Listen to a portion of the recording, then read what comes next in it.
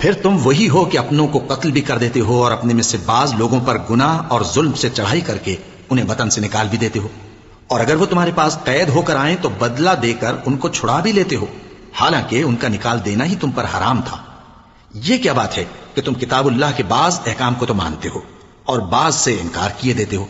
تو جو تم میں سے ایسی حرکت کریں ان کی سزا اس کے سوا اور کیا ہو سکتی ہے کہ دنیا کی زندگی میں تو رسوائی ہو اور قیامت کے دن سخت سے سخت عذاب میں ڈال دیے جائیں۔ اور جو کام تم کرتے ہو اللہ ان سے غافل نہیں۔ یہ وہ لوگ ہیں جنہوں نے آخرت کے بدلے دنیا کی زندگی خریدی، سو نہ تو ان سے عذاب ہی ہلکا کیا جائے گا اور نہ ان کو اور طرح کی مدد ملے گی۔ اور ہم نے موسیٰ کو کتاب عنایت کی اور ان کے پیچھے یکے بعد دیگرے پیغمبر بھیجتے رہے، اور عیسیٰ ابن مریم کو کھلے نشانات بخشے اور روح القدس یعنی جبرائیل سے ان کو مدد دی۔